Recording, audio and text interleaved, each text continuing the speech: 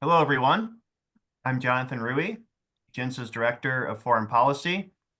Welcome to JINSA's latest weekly Israel webinar, today entitled War and Ceasefire Developments. Certainly no shortage of issues to get to per usual. I'm privileged to be joined by IDF Major General Yaakov Amidror, JINSA Distinguished Fellow and former National Security Advisor to the Israeli Prime Minister, and for my first time at least, by JINSA Visiting Fellow IDF Brigadier General Effie Defrin, the former director of the IDF International Cooperation Division. For our audience, as always, please type any questions you may have into the Q&A box on the bottom of your screen, and I will do my best to address them in turn. Today, I want to mention that most eyes are focused on the implementation, or potentially the lack thereof, of the Gaza ceasefire. We'll begin there before we then turn to our usual sort of tour of the various arenas, political, diplomatic, military, and otherwise. For our audience, earlier today, we saw the release of 3 Israeli hostages, as well as 5 Thai hostages. Conspicuously, 2 of the Israeli hostages were force-marched through Gaza by Hamas through angry crowds, essentially in what Americans might call a perp walk, on their way to the Red Cross to be handed over. There are also reports that Israel briefly paused its release of Palestinian prisoners in response to these events. So that's sort of a way of introduction. So Effie, I'll start with you. I'll start with the broadest possible question, and we can go wherever we need to from there. What is you have a sort of a finger on the pulse of what it's like in Israel.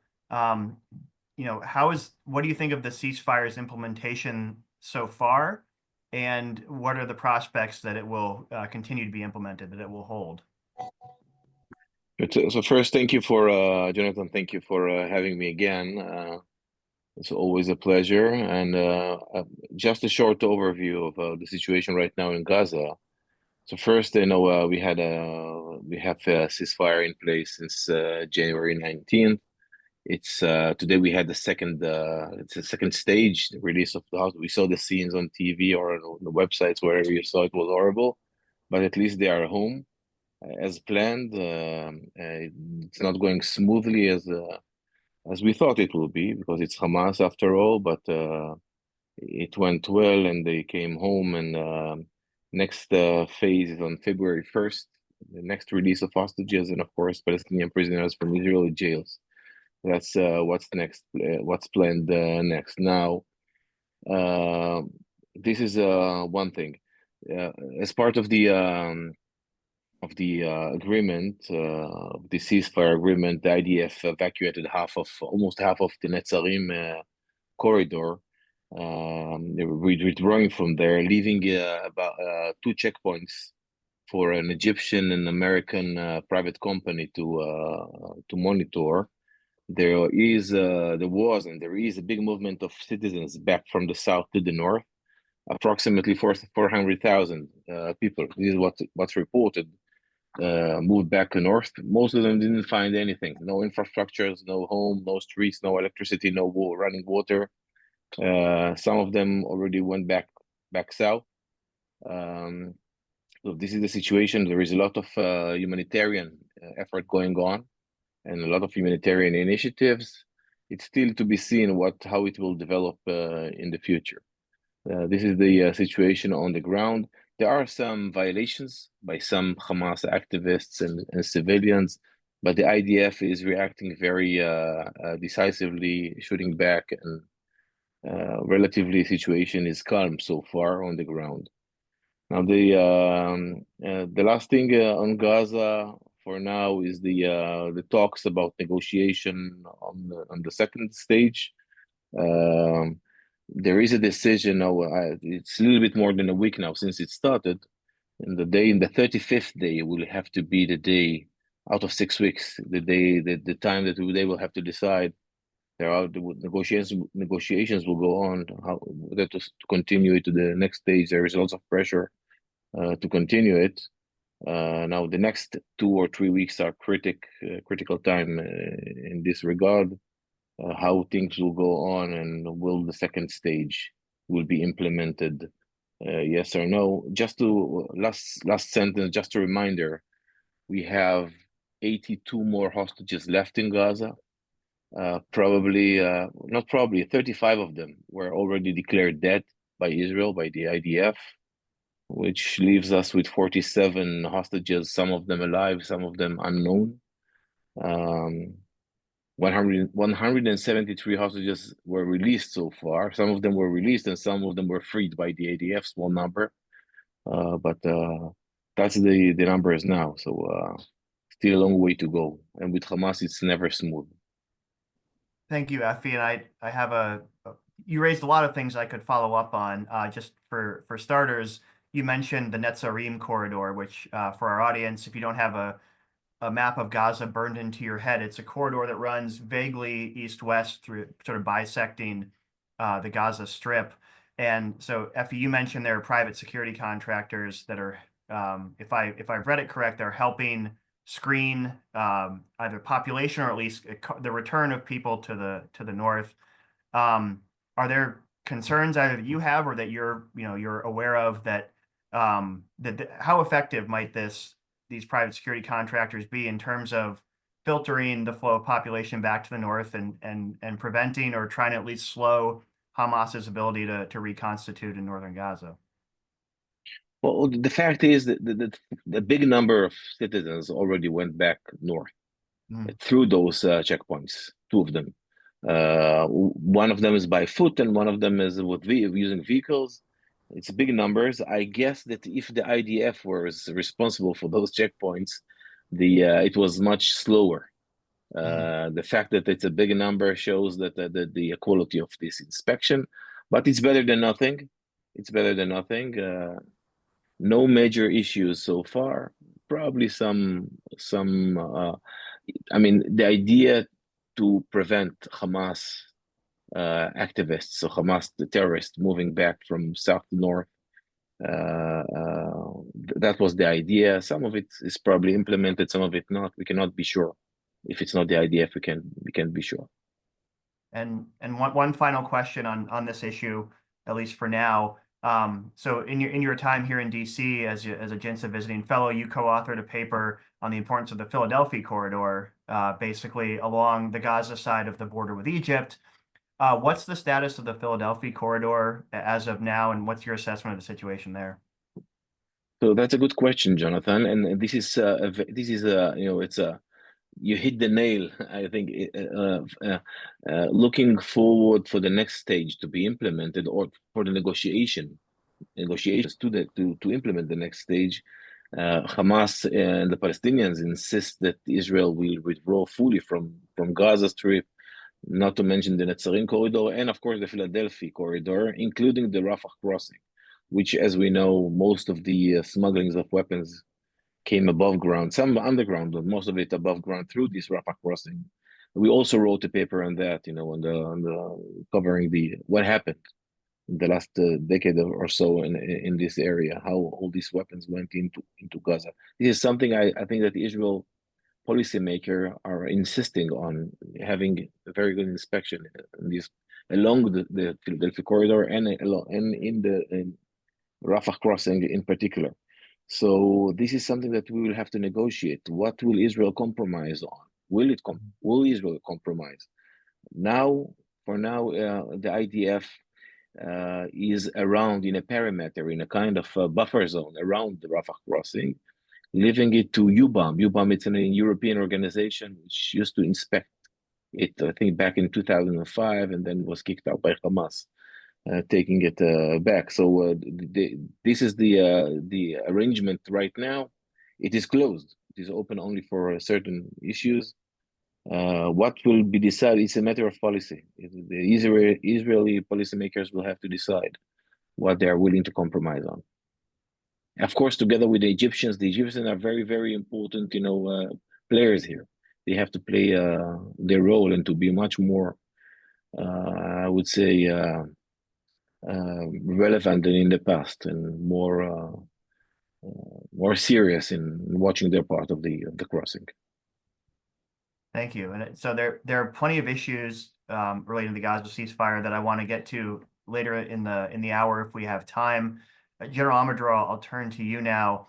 I'll sort of ask you a similar question that I just asked Effie about the Gaza situation before we turn to Bibi's upcoming visit. Without sounding too pedantic, I think my read was always Hamas or Israel saw the Gaza ceasefire as just that. It's a ceasefire. It's temporary, and there's always uh, possibility that the war resumes and Hamas is pursued until something like it's militarily ineffective. It always seems to me that Hamas saw it more as an armistice. This is an agreement that ends the war, essentially. It doesn't bring peace, but it ends the war. Is that tension still there? Is that unresolved? It's very much depends what will happen in the next stage. If the next stage in which they release all the hostages, we will have to pay the price, maybe pulling out from Gaza. And afterwards, that will be the main question, what Israel is doing. Should we pursue the war in Gaza? Should we put pressure on Hamas by not letting anyone to rebuild Gaza? Well, it very much depends on our decision about the next stage and the day after the next stage.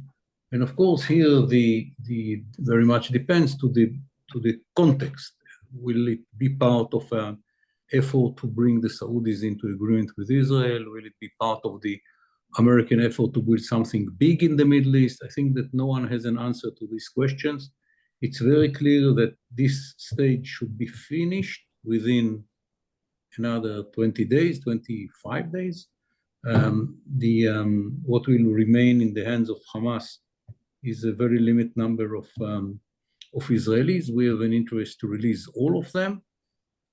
How it will be done and what will be the day after is an open question. So that actually, as usual, tees up my next question very well.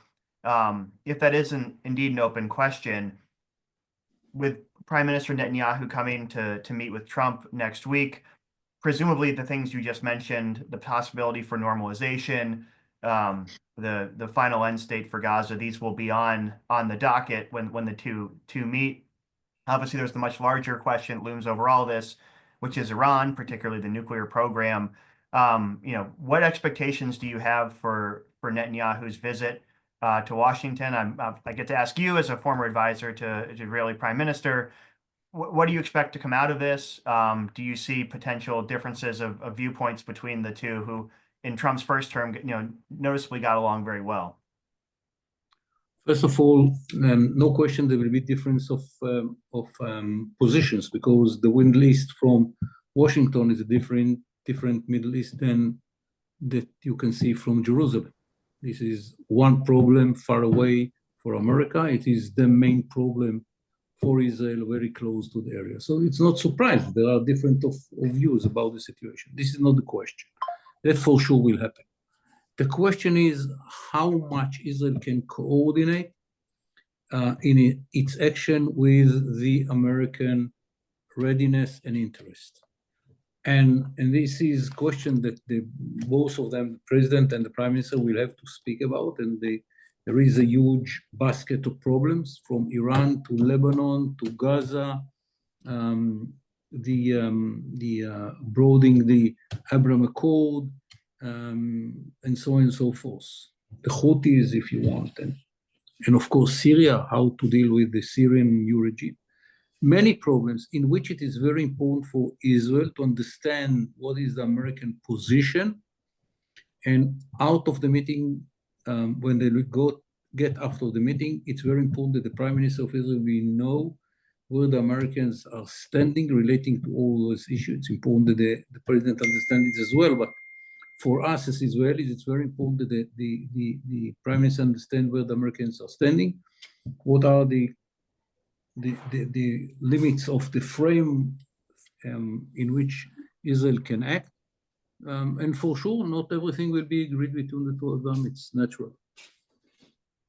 So just a quick follow-on question there. So obviously, it seems there's at least where I sit in Washington, there's an expectation that Trump will be interested in resuming negotiations with the Iranians over the nuclear program. Without, if you want to offer your personal opinion, we'd love it. But just in general, where you sit in Israel, is there a high degree of concern that this is where American policy might be headed, or is it just uncertainty? The Israeli policy is very clear. We always told the Americans since Obama, a good agreement is a good solution for Israel, meaning dismantling the facilities of the Iranians. It's a good agreement. By the way, that was the policy of Obama till he decided to lie to Israel and to resume negotiations behind the back of Israel. And he changed the policy. Instead of dismantling, postpone and monitor. Mm-hmm. It was kind of a change from one policy of dismantling to another one, which was very bad from my point of view. A good agreement, which will include the dismantling of the facilities, nuclear facilities in Iran. It's a very good agreement, and no one will be happier than Israel about it. If that cannot be achieved, and I don't know if it could be achieved or not, Israel will have to decide with the Americans, okay, what is the alternative? And here it's very important to understand where the president is standing, relating to the question if a good agreement cannot be achieved, and the negotiators will do Americans, not Israelis. What should be done? And this is, I think, one of the main reasons for one of the main issues that will be on the table between the two sides, between the president and the prime minister. I have several more questions relating to these issues, but Effie, I'd like to turn to you. So I asked General Amidror, as I always do, I asked him a mouthful, the Netanyahu-Trump meeting as it relates to the Gaza ceasefire normalization and the Iran problem, just those issues. I would love to get your thoughts, given that panoply of issues. I think importantly, this is the first foreign leader that Trump is meeting with in this term, which sends its own diplomatic message. Again, from benefiting from your perspective where you are in Israel, to use a term that we use all the time, do you see or do you worry there's much daylight between Netanyahu and Trump on the Iran issue? I'll start with that because I think on normalization there may be more harmony of views, but I would love your thoughts on that, please. So first, the situation have changed, and in addition to the elections in the U.S. and Trump, there is a new administration, Trump leading it, different approach from the previous administration, and I think the entire system in the Middle East, in the world as a whole, but in the Middle East in particular, is waiting to see what will be the policy coming out of D.C., of Washington, regarding the various issues and the developments in the region, including Israel. As you mentioned, the fact that the Prime Minister Netanyahu is the first one to visit the White House, this is a message by itself. It's a strong message to the region, and it's very important. Now, there will be daylight, as General Amidror mentioned. Of course, we don't see everything eye to eye, but I think it's obviously it's much closer than the previous administration in DC. I mean, I'm talking about policies, issues.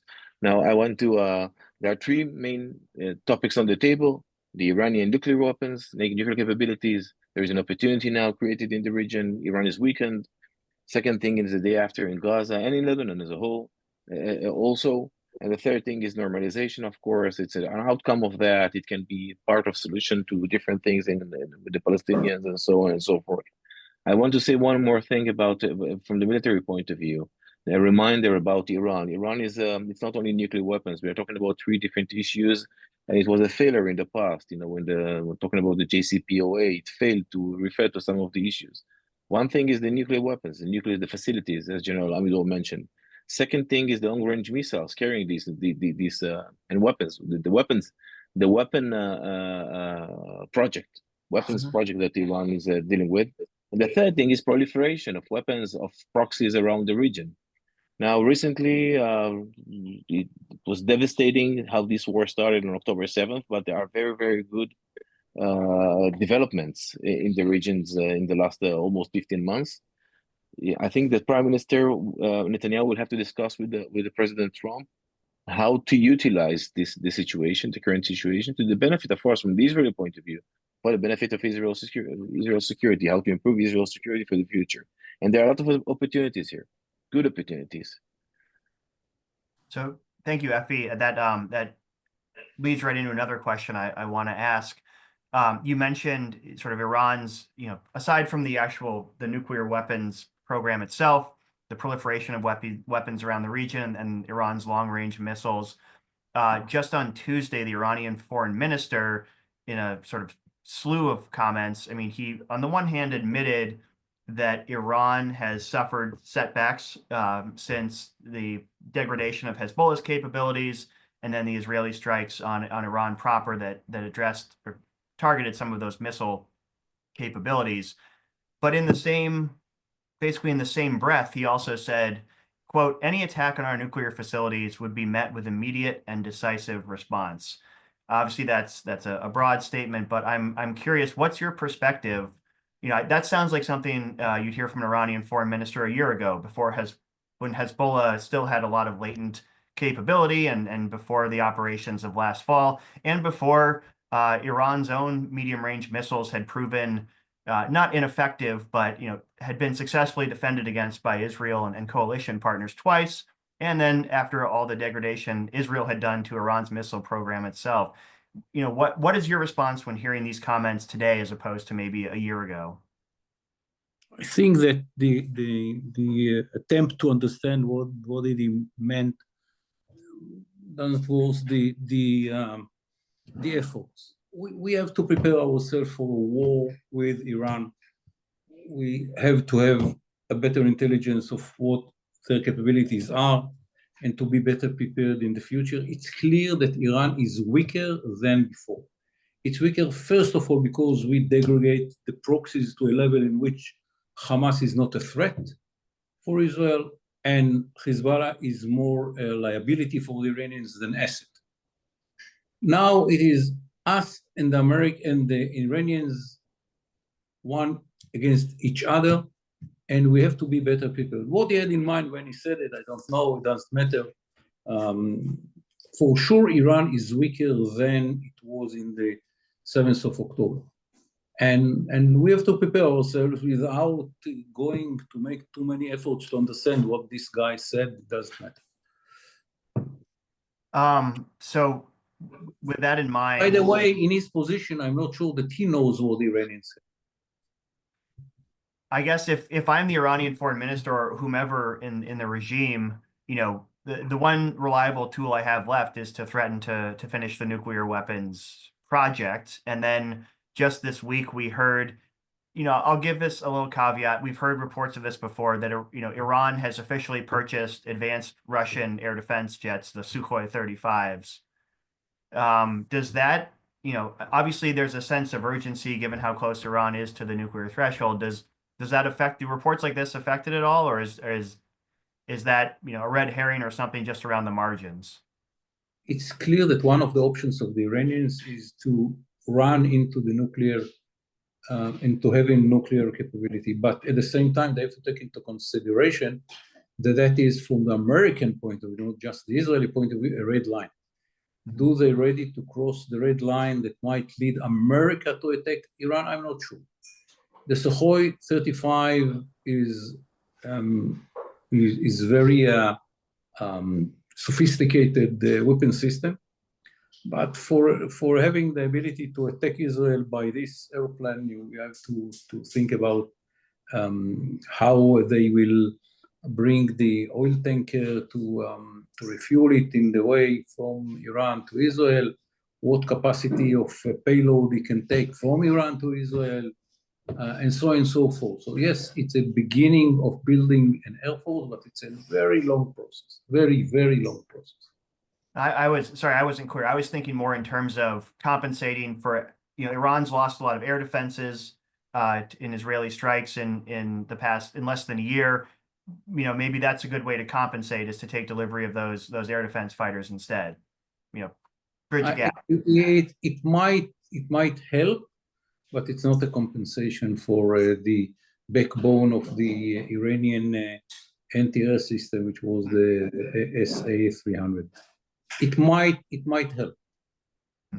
Effie, is there anything you want to add on this slew of questions related to Iran's nuclear program or retaliatory options? Well, the first, I would say that look, the Iranians are panicking. We don't want to underestimate them. I mean, they are smart people. I can say here that they learned fast. They learned the lessons of the previous attacks, their attacks on Israel, and what happened in Iran from the Israeli attacks, allegedly some few attacks. So they learn and they learn fast. They learn lessons. They are smart people. Now, what the lessons they are taking from that is the Su-35 is the right answer for their problems? I'm not sure. It's part of it's of course it's as the general mentioned, it's a sophisticated weapon system. It's good, but it's not a solution for them. I think it would be the wrong lesson from their side. I don't want to get into their head and to be Iranian in my thoughts, but I think it would be learning the wrong lesson. You know, using those Russian systems have been proven to be they failed repeatedly in Syria and also in Iran, and the most sophisticated ones, supposed to be one of the best in the world, the S-300, and they saw what happened to them and not to one of them. So now you see the same, the Minister of Foreign Affairs, he's traveling. He was today in Qatar, and he's traveling around the neighborhood, Iraq and Qatar mainly, looking for new alignments, new friendships. They need to prove to their proxies the credibility. They need to build their integrity again. There are some video clips today coming from Lebanon, from the Shia community, complaining about the of the late compensation money that the Iranians promised them to rebuild Lebanon, and they are not. This one is not coming, so they have problems. And now the Trump administration and the fear of the how do you call the maximum pressure campaign coming back again, and even worse than that, they are panicking, and panicking is not good. You know, we don't want an enemy that is squeezed to the corner, and now he is, as General Amidror mentioned, running to nuclear weapons. So their options are not good. But how do you say, injured tiger in a cage is not a good situation. You don't want to be in this situation. I hope a good solution will come out of it. But there are opportunities, as I mentioned before. And I hope we can seize the moment. So yeah, it's a cornered animal, I think, is, it's what also the cornered animal is the most dangerous type of prey, shall we say. So Effie, I want to go into Lebanon now. First, just a reminder to our audience, if you have any questions, please type them in the Q&A box on the bottom of your screen, and we'll address them. Effie, I want to ask you about Lebanon, and first I'm going to do a shameless plug. Another paper that Effie co-authored in his time at JINSA came out in November, right before the implementation of the ceasefire, is entitled "Suppressing Iran's Ring of Fire in Lebanon." Highly recommend it to our audience if you haven't looked at it already. So with that introduction, Effie, we heard earlier this week that the Lebanon ceasefire was extended into next month. I'll just wide open question: why did it need to be extended? So the basic thing with this agreement was, implementing 1701, the LAF, the Lebanese Armed Forces, moving down to the south, talking about numbers, 6,000 troops along the blue line, the border with Israel, supposed to be there. They promised it, and in addition to that, no Hezbollah existence south of the Litani River as 1701. In order to implement 1701 properly. Those were the conditions. Now, the good thing is that the IDF is surprised, and I dealt with that in the last 5 years, and I'm still hearing what's happening there. They are doing good job, relatively better than what they did in the past. It's not perfect. We saw some video clips coming in the last few days of Hezbollah, of LAF, Lebanese Armed Forces personnel going into Hezbollah tunnels. They wouldn't dare going in proximity of 1 kilometer to Hezbollah facilities in the past. Now they are in there big time. They are doing good job, encouraged by the Americans and this committee, the new committee led by the American general there. So they are doing good job, but not enough. They have now in place less than 3,000 soldiers in South Lebanon, small numbers. It was published, just to remind you, in the paper you just mentioned, we wrote about that. We have to make sure that LAF is not cooperating with Hezbollah. Those elements in LAF intelligence mainly, that in the past cooperated with Hezbollah, we have to make sure it won't happen again.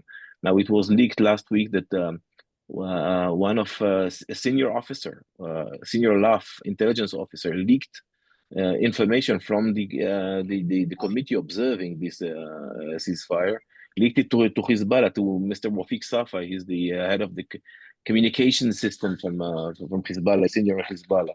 So we want to make sure those things won't repeat itself. So that's the thing. This is until those conditions will be implemented, the IDF cannot withdraw. Now there is an agreement. There is coming from the Americans and also from IDF. There is they said the day, the 18th of February, with full withdrawal of IDF from South Lebanon, and LAF going inside. No one will, will insist on exactly 6,000 soldiers. The number is not important. The implementation of the agreement is important. We want to bring back the citizens to their places. You hear mayors and head of municipalities calling the people, don't come back home. We see how close Hezbollah is, or the Lebanese are to the border.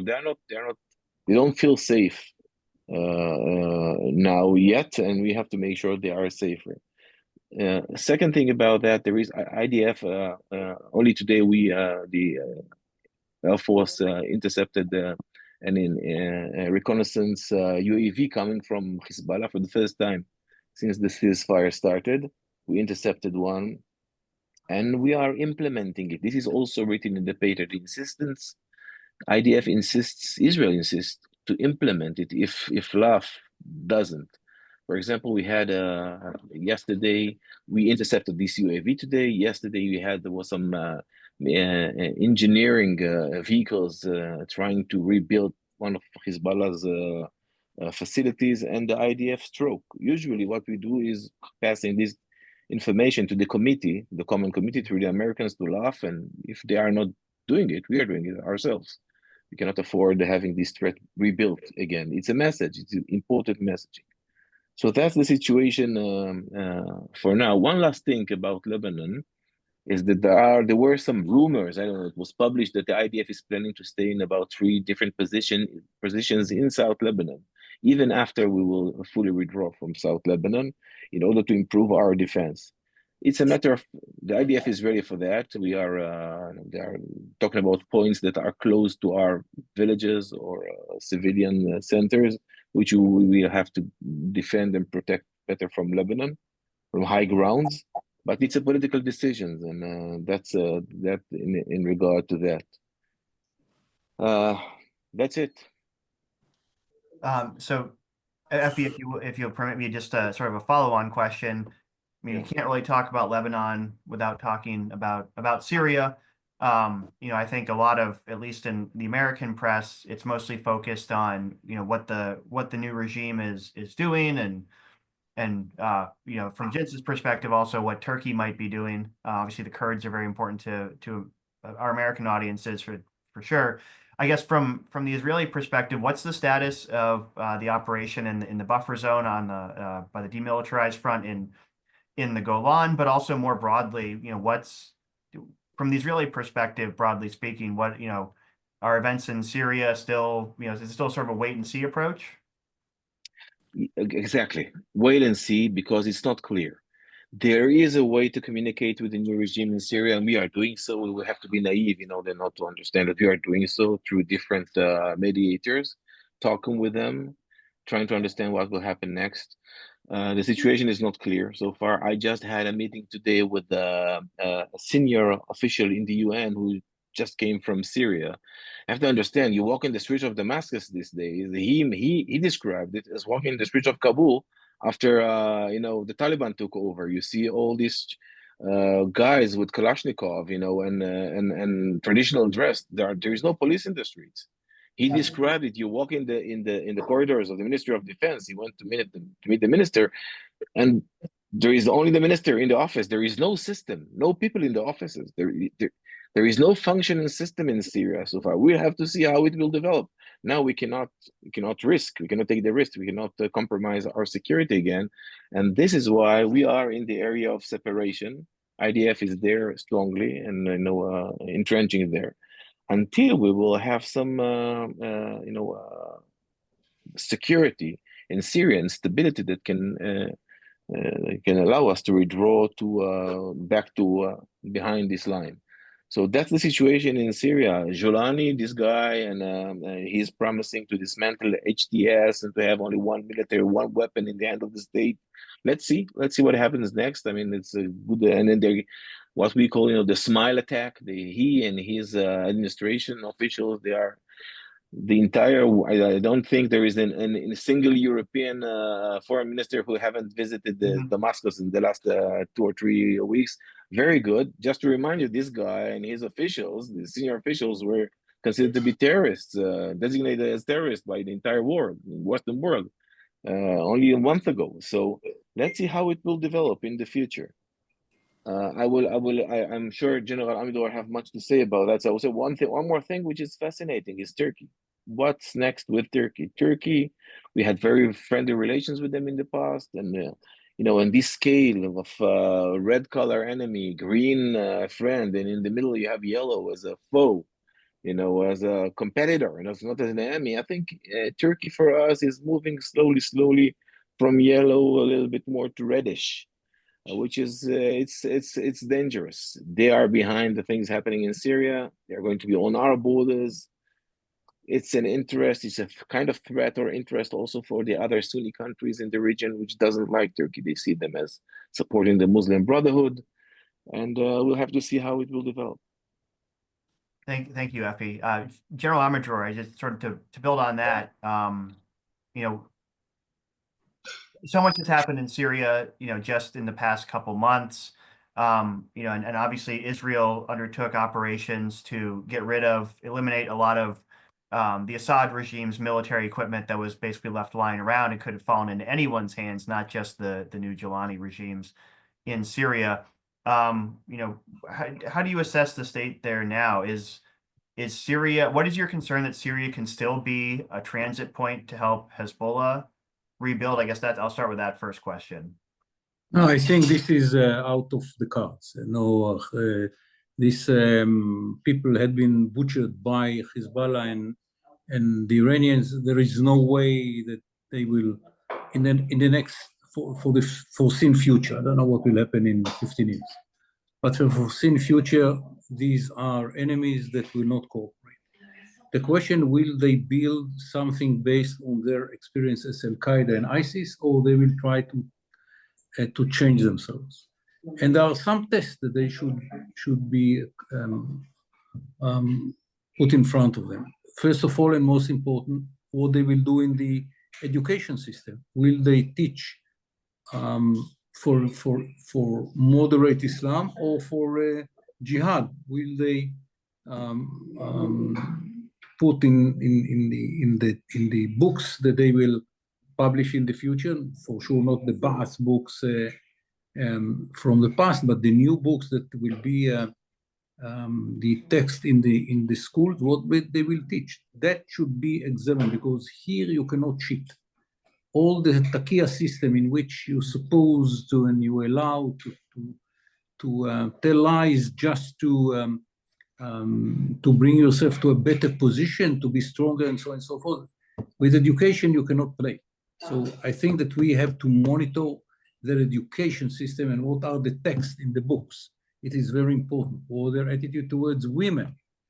This is something that you can play with, as you remember at the beginning in some places, and then it was changed. So they will be treated based on what they will do, and not just what they say, because to say it's very easy, you can say whatever you want. Israel made two steps. One, to prevent them from having the ability to control the military hardware of the Assad regime army. that, 80% of that was destroyed, and this is something that they cannot reproduce. The second step was to go 10, 15 kilometers eastward and to broaden the area which is before the Israeli border.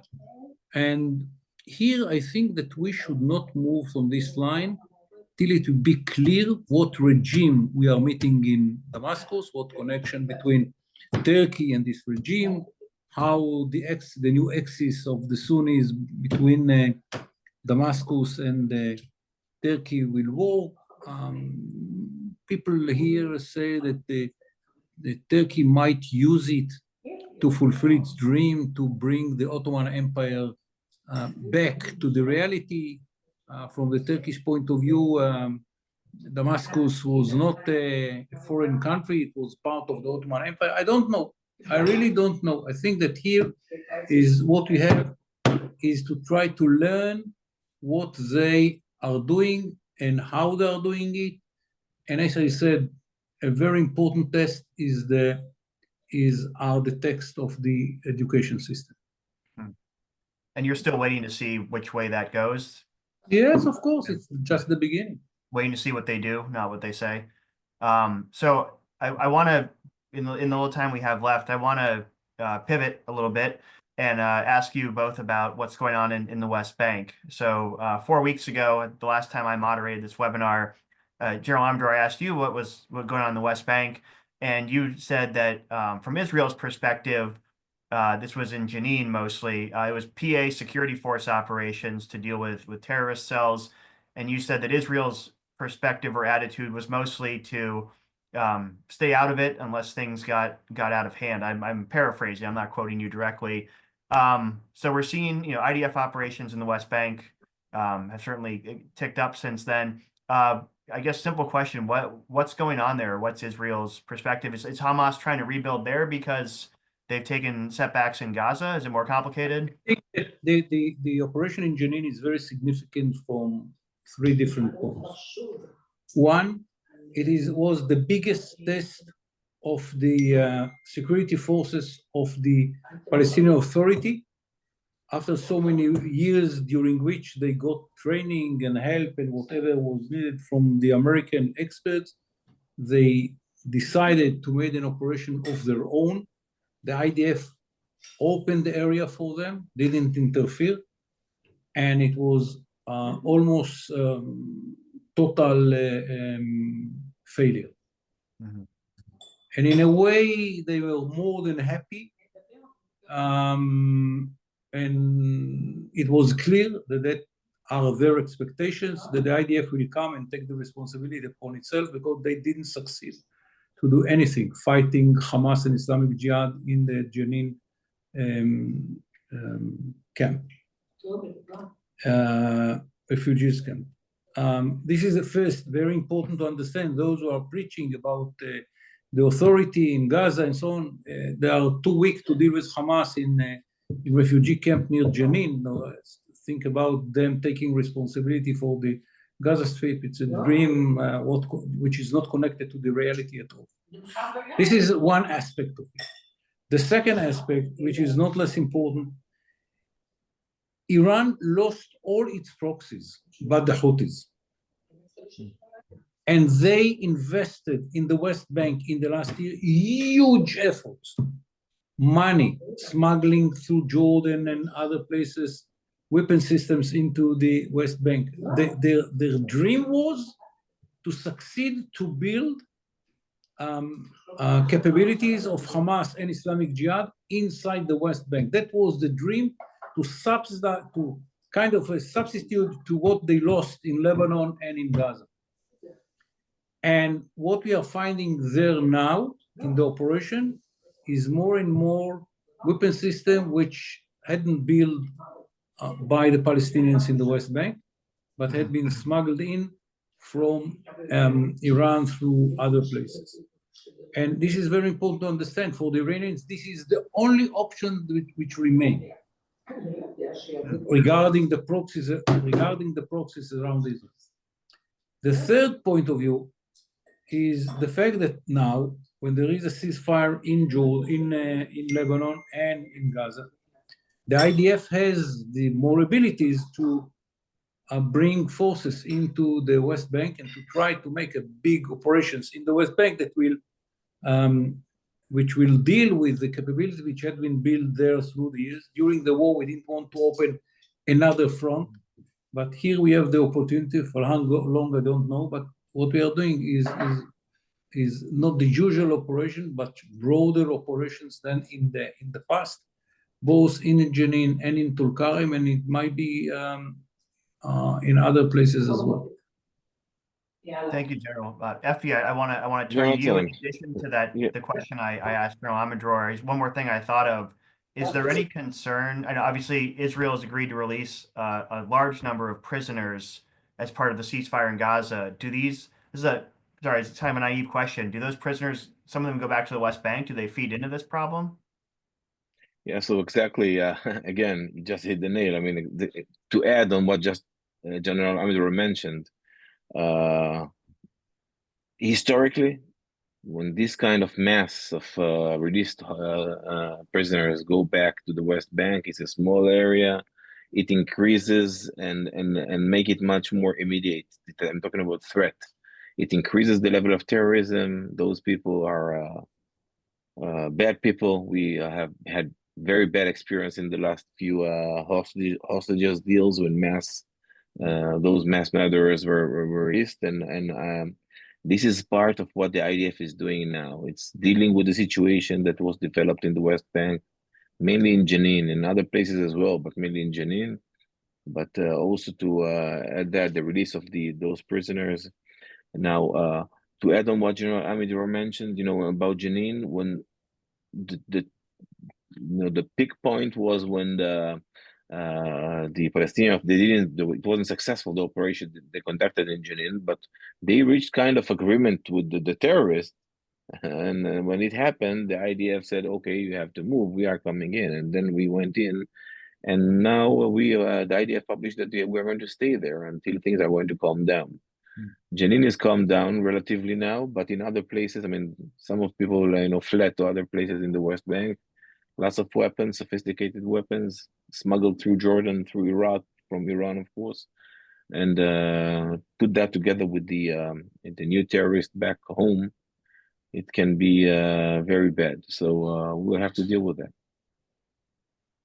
Well, I want to be respectful of the fact that it's very late in Israel, and we've covered a lot of ground in just the time we've used so far. As always, I want to thank General Amidror and General Defrin for their time and their thoughts, and thank you to our audience as we sort of did a lightning round of the many different issues that needed to be covered in this week. Thank you as always for joining, and we look forward to seeing you again on another JINSA webinar soon. Thank you. Thank you for having us.